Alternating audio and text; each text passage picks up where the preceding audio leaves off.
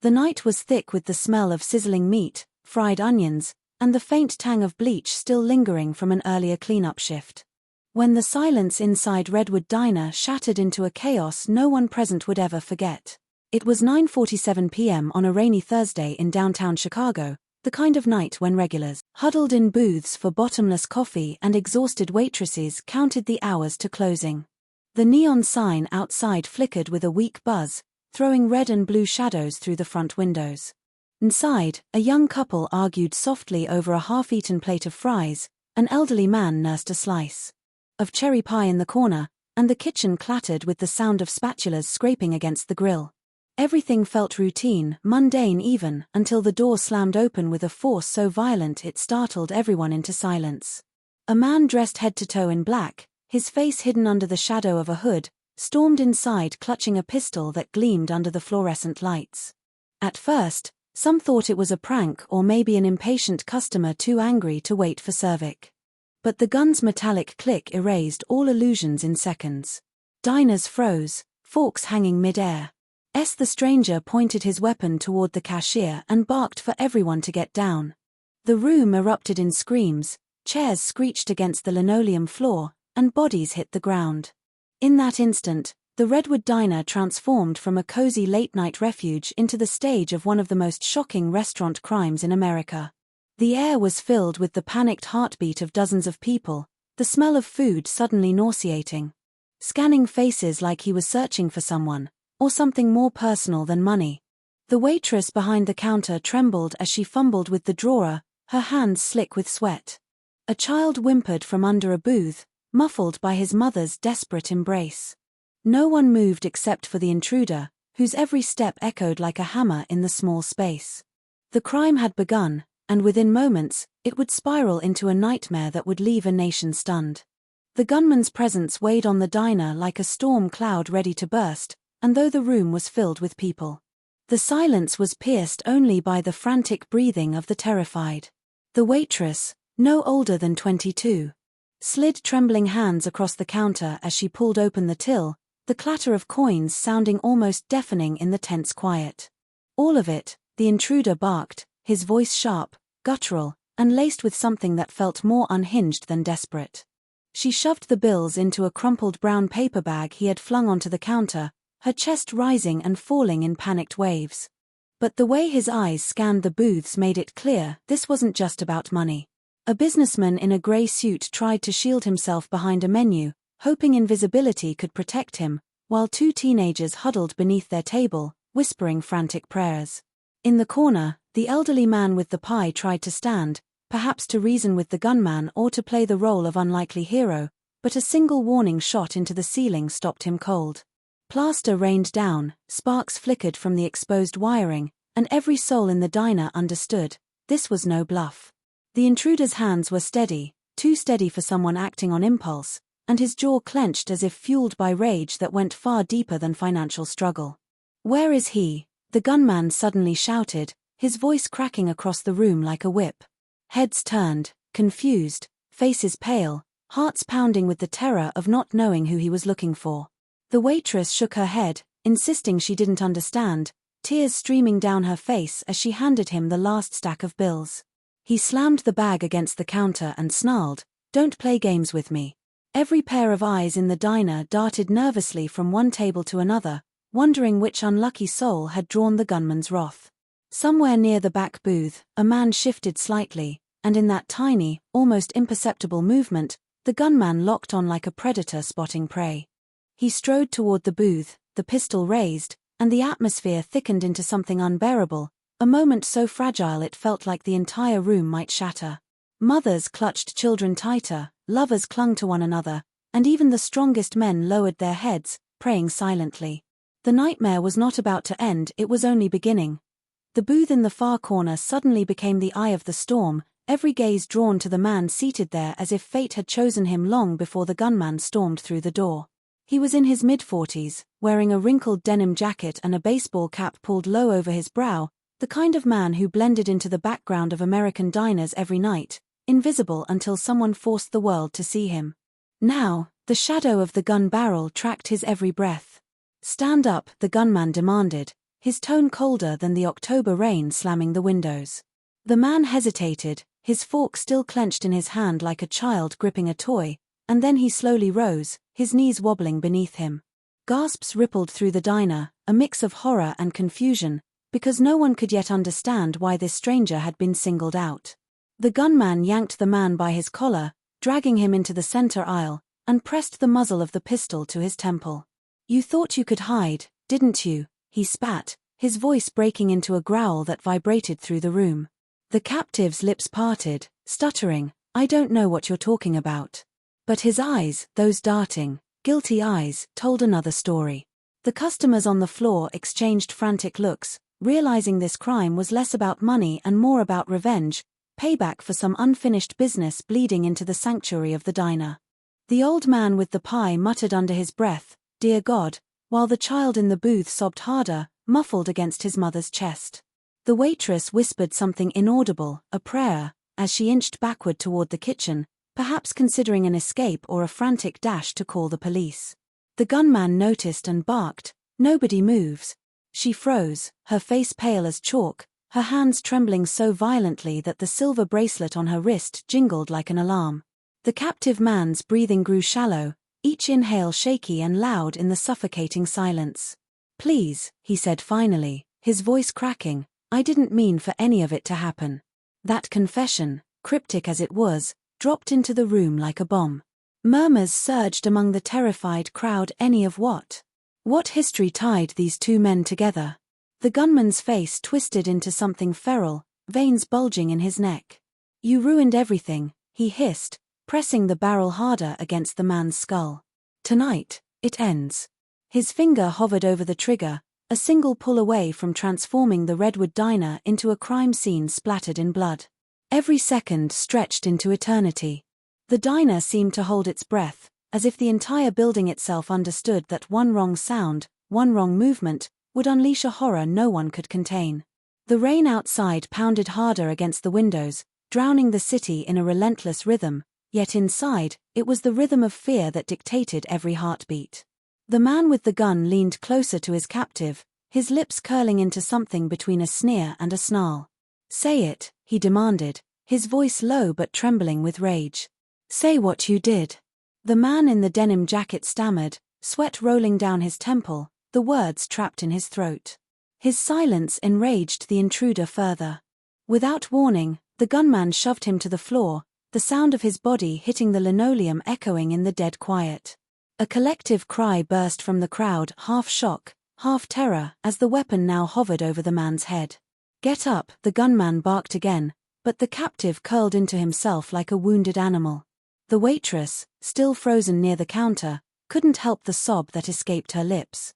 The gunman's head snapped toward her, eyes blazing, and for one sickening second it looked as though he might turn the weapon on her instead.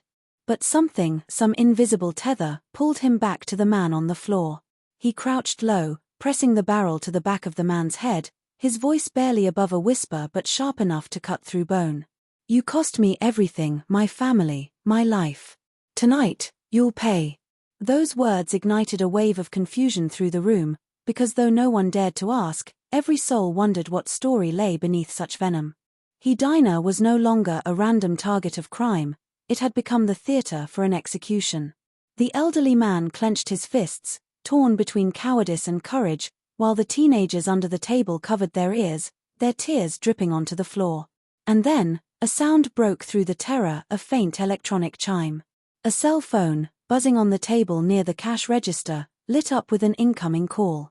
The gunman froze, his body tense, his head whipping toward the sound. The phone's glow painted the room with a strange, almost surreal light, and in that frozen second, the spell of paralysis began to crack. The waitress's eyes darted toward the phone, then back to the gunman. The man on the floor groaned, barely moving, and the crowd shifted ever so slightly, as if the ringing had reminded them that the outside world still existed, that salvation, in the form of police or fate, might be closer than they thought. But the gunman caught their hope and crushed it. He stomped his boot against the phone, shattering it into silence, and roared, "Nobody's coming to save you." The words vibrated through the room, sinking into the bones of everyone trapped inside. The storm outside raged harder, lightning flashing against the glass, illuminating the gunman's face for the first time. His hood had slipped back, revealing bloodshot eyes, a jagged scar cutting across his cheek, and a face so contorted with hate that it hardly looked human. For a brief moment, the diners saw not just a criminal, but a man hollowed out by grief, twisted into something unrecognizable by the weight of vengeance. And in that moment, the nightmare deepened, because it was clear, this wasn't about escape, or even survival. This was about finishing something he had come to the Redwood Diner to end, no matter how many lives were shattered in the process. The silence that followed his scream was like the stillness before an earthquake, the kind of pause that makes people instinctively duck even before the ground shakes. Then, without warning, the gunman snapped. The crack of the pistol split the air like lightning, deafening in the confined space, and the world inside the Redwood Diner erupted into chaos. A plate shattered against the floor, a baby shrieked, and bodies scrambled for cover beneath tables and booths. The shot had not struck anyone, at least not yet. It buried itself into the far wall, splintering wood and rattling the framed photographs of smiling patrons that had hung there for years. But the warning was clear: he could, and he would. The man in the denim jacket scrambled backward across the floor, dragging himself on his elbows, eyes wild with panic. "Don't. Please," he pleaded, but his words were swallowed by the din of screams. The gunman stalked him like a predator, steps deliberate, calm in his madness, raising the gun again. This time, there was no hesitation. He fired. The bullet tore through the man's shoulder, and the sound of his scream froze every heart in the room. Blood sprayed across the linoleum, a sharp metallic tang mixing with the greasy aroma of food, creating a nauseating haze. The wounded man writhed, clutching his arm, crimson soaking through his jacket as the gunman stood over him, unflinching. "That's just the beginning," he growled, voice low and guttural, almost trembling with satisfaction. The crowd could barely process what had just happened. Shock held them in place, torn between the primal instinct to flee and the paralyzing certainty that movement meant death.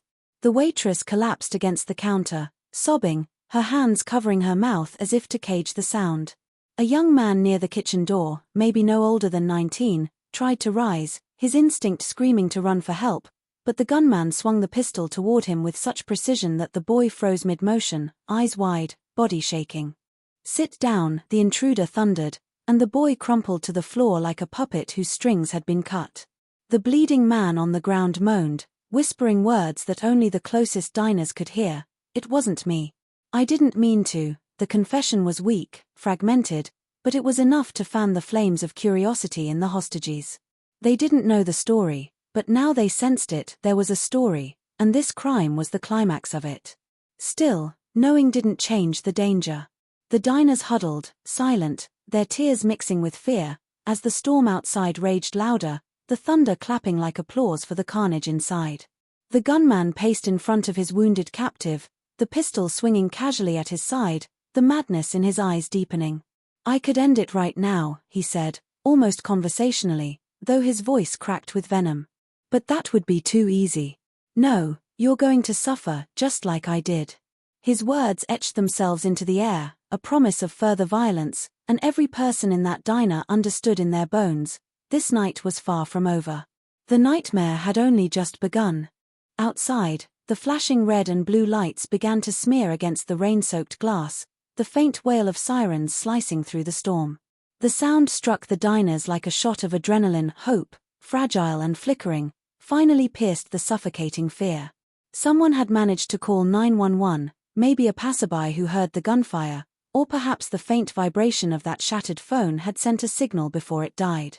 Whatever the case, salvation seemed close.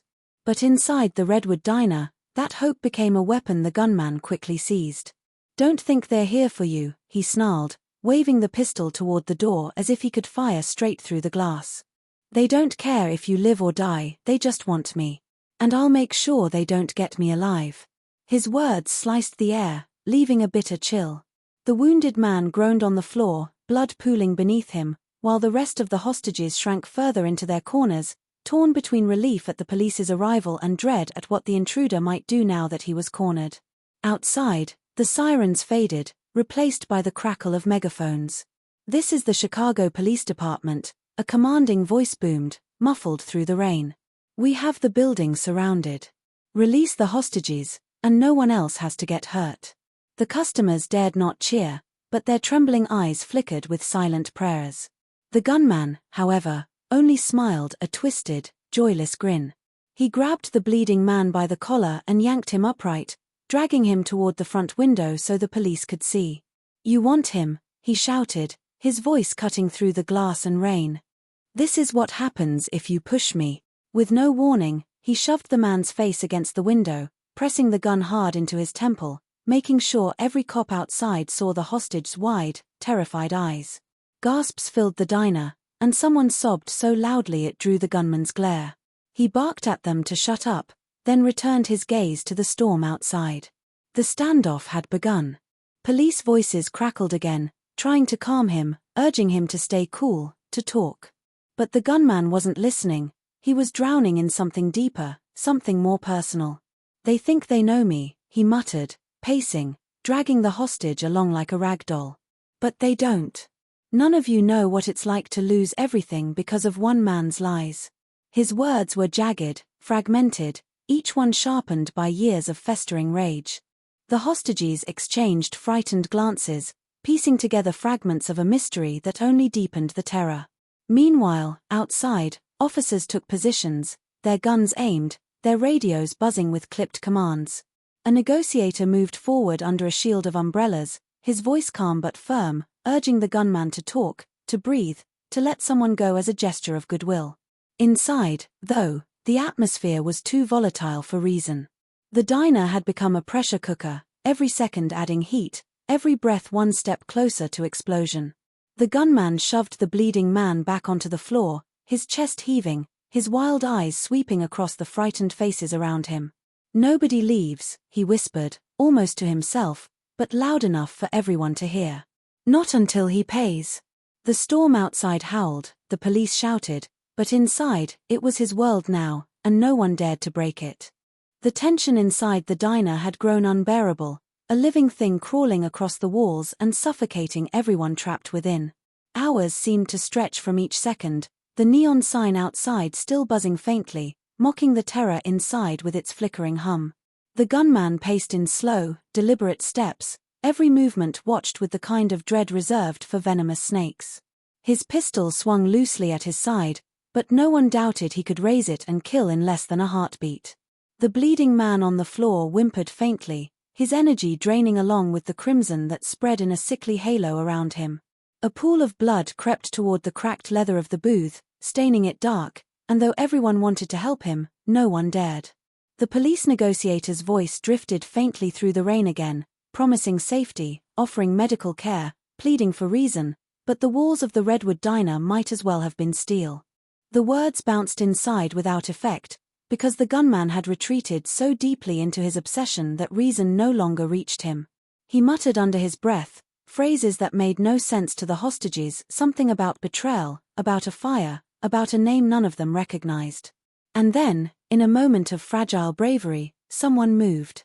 A young woman in the booth closest to the kitchen, her hands shaking so violently her coffee mug rattled on the table, slid her phone from her pocket, inch by inch.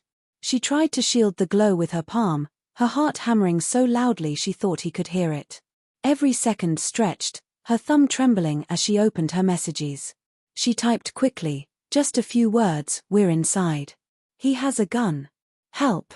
She barely managed to hit send when the gunman spun, his eyes narrowing, his instincts razor-sharp. "What's that?" he barked, his voice shattering the fragile quiet. The phone slipped from her hands and clattered against the table, its screen still glowing. Gasps rippled through the room, and the young woman froze, tears instantly flooding her eyes. The gunman stormed toward her, his boots heavy against the linoleum, the pistol rising.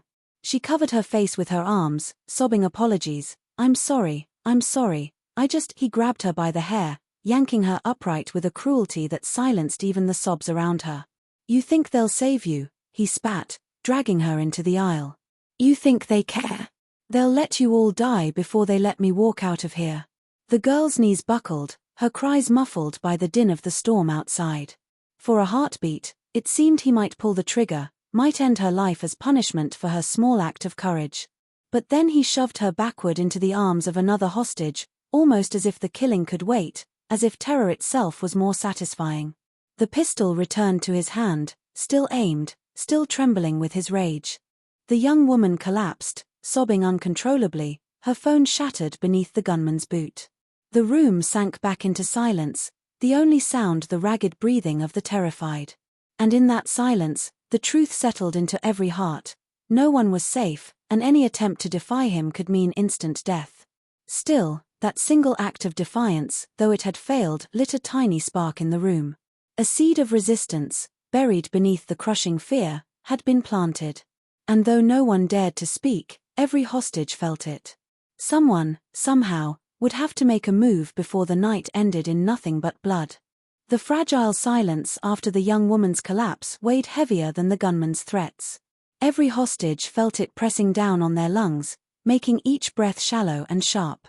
The air was thick with grease, sweat, and the copper tang of blood, a cocktail of smells that turned stomachs and made fear feel tangible, almost chewable. The gunman paced again, restless, his rage like a fire that needed constant feeding. His eyes darted from face to face, as if searching for anyone else daring enough to test him. No one moved. The wounded man on the floor groaned faintly, his voice cracking into a weak, almost childlike plea for water. But the request only earned him a kick to the ribs, a thud that made the whole room flinch. "You don't get to ask for anything," the gunman hissed. "Not after what you did." The hostages' eyes flicked between the bleeding man and their captor, hungry for some kind of answer to the mystery that had trapped them in this hell. What had he done? Why was this night spiraling around him? Outside, the negotiator's voice carried through the rain again, louder this time. "We don't want anyone else to get hurt. Let one person go, and we'll listen. Show us you don't want this to end in blood." The gunman let out a dry, humorless laugh that chilled the room. He dragged his hand across his face, pulling back the hood that still clung to his head. His scarred cheek glistened in the neon glow, and his bloodshot eyes flickered with something close to madness. "They think they can bargain with me," he muttered. "They think I'll let you go, like this is some kind of game." Then he turned, his gaze locking on the teenage boy still curled under the table near the kitchen door. The boy's mother, crouched beside him, immediately reached out, pulling him close, whispering, "Please, not him. He's just a kid." But the gunman stepped closer, the pistol heavy in his hand, the menace in his steps deliberate. The boy's wide, tear-soaked eyes reflected the gun's barrel, and he choked on his sobs. It was at that moment, as the room held its collective breath, that another voice spoke, a calm, steady tone that cut through the chaos like a blade. "Take me instead," said the elderly man with the pie, his voice trembling but resolute. Slowly, painfully, he stood, his thin frame shaking with age but powered by something stronger than fear. "You don't need him," he continued, lifting his hands so the gunman could see they were empty. "I'll do whatever you want. Just let the boy go."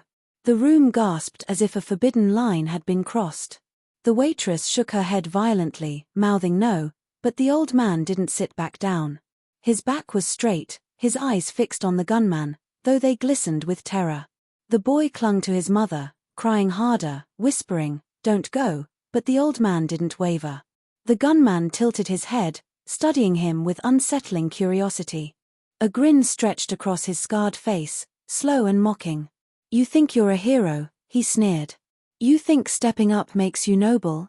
He took a step closer, raising the pistol until it hovered inches from the old man's forehead. The diner held its breath, frozen between horror and awe. The old man's lips quivered, but he didn't back down. "I think," he said softly, "that if you're going to hurt someone, it should be me. Not a child." The gunman's laughter was cruel, echoing through the diner as if mocking not just the old man but every ounce of courage in the room. "You want to take his place? Fine." He shoved the pistol harder against the old man's skin, the click of the hammer sharp and final. And in that instant, every soul inside the Redwood Diner realized they were seconds away from watching a sacrifice unfold in front of them. The old man's breath trembled like a thin candle in a wind tunnel as the pistol's muzzle kissed the fine lines of his forehead. The entire diner seemed to tilt toward that single, intolerable second. In the aisle, under that bright, buzzing neon, Time condensed until every sound and scent amplified into 100 small betrayals, the rain's percussion against the windows, the coppery tang of blood seeping cold into the linoleum, the metallic crackle of the police radio bleeding through the open door. The gunman's finger curled, a silhouette of fate poised to close around him, and for a moment the world narrowed to the two of them. A scarred, hollowed man drunk on revenge and an old stranger whose courage somehow outweighed the terror in his bones. Then, in the span of a heartbeat, the old man's stoic defiance became the match to someone else's tinder. From the back of the diner, where steam rose from the kitchen and the smell of grease masked the finer smells of panic, a blur of movement erupted. The businessman in the grey suit, who had sat slack-jawed and white-faced at the beginning of the ordeal, moved with the quick, deliberate violence of someone who had to act or die with the memory of inaction forever. He wasn't a civilian. His walk, the way his hands closed and his shoulders squared, betrayed a training no one in the room had expected. He crashed forward, shoving the old man aside as bodies jerked and chairs toppled in a lazy avalanche. The gunman spun, reflex and rage colliding, and the pistol barked once. The report snapped through the diner like a struck wire. The bullet tore into the menu board above the counter, shredding paper and wood. A waitress screamed and shoved herself forward, part instinct to protect, part blind force of human will, so the suit man threw himself on the gunman in a tangle of limbs and breath. For a breathless, violent second the room was a frenzy of bodies. The gunman's hands flailed, the pistol turned, a bowl clattered to the floor, and the wounded man rolled to the side, clutching at a shoulder that leaked hot, red proof of the night's cruelty. The gunman's boot found the linoleum and heaved backward. The suit man's forearm slammed into his jaw, a hard, clinical motion that stung with the efficiency of training. Overhead, neon blinked. Outside, a police megaphone shouted blurred commands that had become background noise. Someone, an older woman, perhaps the waitress's mother, lunged for the sliding register drawer and flung it open, the clink of coins and the sudden mundane normalcy of cash on a counter a tiny, absurd anchor in the chaos. But the real shift was momentum. Where once the gunman had been the axis around which terror spun, now the axis shifted toward confusion and brute physicality. Another patron, a delivery driver whose knuckles had been white from fear, rolled under a table and came up with a metal chair, smashing it into the gunman's shoulder with a sound like snapping twigs. The gunman howled, the sound animal and human at once, and that howl, raw and terrified, broke something that had been building in him all night: control. With the gunman off balance, two other men, one the young man who had frozen earlier, the other the boy's father who had watched his son sob under a table, surged, grappling for leverage. The pistol skittered across the linoleum, a small, bright, and utterly dangerous object, and for a maddening second it slid toward the kitchen door, spinning as if undecided which life it might choose to end. The old man, who had been shoved aside, rose with surprising speed and, seeing the gun slide, lunged with shaking hands. He didn't make it. A hand larger than his closed over the weapon and the gunman, all fury and terror, slammed down onto the old man's shoulder, pinning him. The suit man and the delivery driver slammed their weight onto the assailant and felt bones and tendon protest beneath them. That was when the police, trained and terrible in their efficiency, moved through the rain and glass. The front door exploded inward, not from a single battering but from the concerted shove of officers in ballistic vests, and the room filled with people in blue, guns trained, voices clipped and immediately authoritative. "Get down. Police. Don't move." The command was a blade that cut the room into obedience. Hands froze, faces flattened to the floor, and someone sobbed a helpless, liberating sound. In the scramble the gunman twisted, wild-eyed and suddenly very small under the weight of 3 bodies and 2 officers. One officer's boot found the pistol with a quick stamp and flick, another manacled hands that had been so steady minutes ago. The diner, which a few breaths earlier had seemed destined to be a public altar for a private vengeance, was now a scene of containment. EMTs pushed through, umbrellas lowered, and the wounded man was cradled with a tenderness that felt almost sacramental among the residual terror. He was alive. The blood still warmed his jacket, but he breathed, which was enough to turn terror into a trembling, grateful thing. The gunman screamed accusations, snatches of names and fires and lies, words that tumbled out without coherence as officers read him his rights and cuffed him, and even as his shouting continued, the force of it deflated into the room like the last of a bad dream losing its color. Outside, sirens chewed the rain, and the neon sign buzzed with a softer, embarrassed light as if ashamed to have been witness. Inside, as the first hands helped the old man to his feet, as the waitress wiped her face with the back of an arm that shook like a leaf, something like stunned relief began to thread its way through the crowd. It was not triumph, there would be questions, culpability, and a long untangling of what had led two men to collide in a place meant for pie and coffee, but in those first exhalations, the diners tasted the basic, brutal fact of survival. In the aftermath, the Redwood Diner no longer looked like the place it had been at 9:46 p.m., before the door slammed open and the nightmare began. The booths, once holding laughter and late-night small talk, were littered with shattered mugs, overturned chairs, and drops of blood that would never truly wash away. The smell of coffee and bacon grease clung to the air, but it was now polluted by gunpowder and fear, the kind that lives in walls and in people's bones long after the sirens fade. Outside, a crowd had gathered under umbrellas, the curious and the horrified drawn by the flashing lights, whispering among themselves about what had happened inside, about the monster in handcuffs who was now being shoved into the back of a squad car. His head was bowed, his scar catching the reflection of the police floodlights, but his mouth never stopped moving, spitting fragments of stories, muttering accusations no one understood, screaming that the truth would come out. To the officers, he was just another broken man with a weapon, another case file to be written up, another trial waiting on the calendar. But to the people inside, he was something more intimate, something that would haunt the inner theaters of their minds. The elderly man who had stood up to him sat wrapped in a silver emergency blanket, his hands trembling as an EMT checked his pulse. He kept muttering the same words over and over, "It should have been me. It should have been me," unable to shake the vision of that pistol pressed to his skin. The waitress, mascara streaked down her face, sat on the curb outside the diner, her apron soaked in tears and rain. She stared into the distance. Not at the police, not at the chaos, but at the road that led away, as though her body was there but her spirit had already fled far from this corner of Chicago. The young woman who had dared to use her phone clutched a paramedic's hand as though it was the only anchor left in her spinning world. And the boy who had been almost chosen, hid his face in his mother's chest, his body shaking in waves of sobs that no amount of comfort could calm. Inside, the businessman in the grey suit sat against the wall, his breathing ragged, his adrenaline still burning through him like fire. The other diners whispered about his training, about how he moved like a soldier, about whether he had saved them all or simply delayed the inevitable. But he said nothing. He just stared at his hands, as though they belonged to someone else. The wounded man, the one in the denim jacket, was carried out on a stretcher, an oxygen mask covering his face, his blood soaking through the sheets. His eyes fluttered open briefly as flashbulbs from nearby cameras lit the storm, and for a moment his lips moved, forming words that only the EMTs could hear. Later, some would claim he confessed something, others that he begged forgiveness, but the truth was muddied in the chaos, lost in the storm. Reporters would call the incident the Redwood Massacre that wasn't, spinning headlines about the diner that almost became a tomb. The footage of sobbing survivors, of police swarming the neon-lit corner, of an old man wrapped in foil blankets, would play endlessly on national television, dissected and debated. Commentators would demand answers: who was the gunman? Why did he hate that man so much? What fire and lies had consumed his life until only vengeance was left? Investigators would dig, piecing together fragments of a past that stretched far beyond a Thursday night in a diner.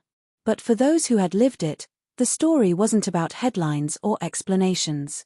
It was about the sound of a gunshot splitting the air over half-eaten pie, about the helplessness of lying on the floor while a stranger decided who lived and who died, about the unbearable intimacy of fear. Some survivors would never set foot in a diner again, others would wake to nightmares of neon signs and the click of a hammer forever hovering in their ears. The Redwood Diner would eventually reopen, its booths scrubbed, its walls repainted, its windows fixed, but nothing, not bleach, not new linoleum, not cheerful advertising, could erase what had happened there.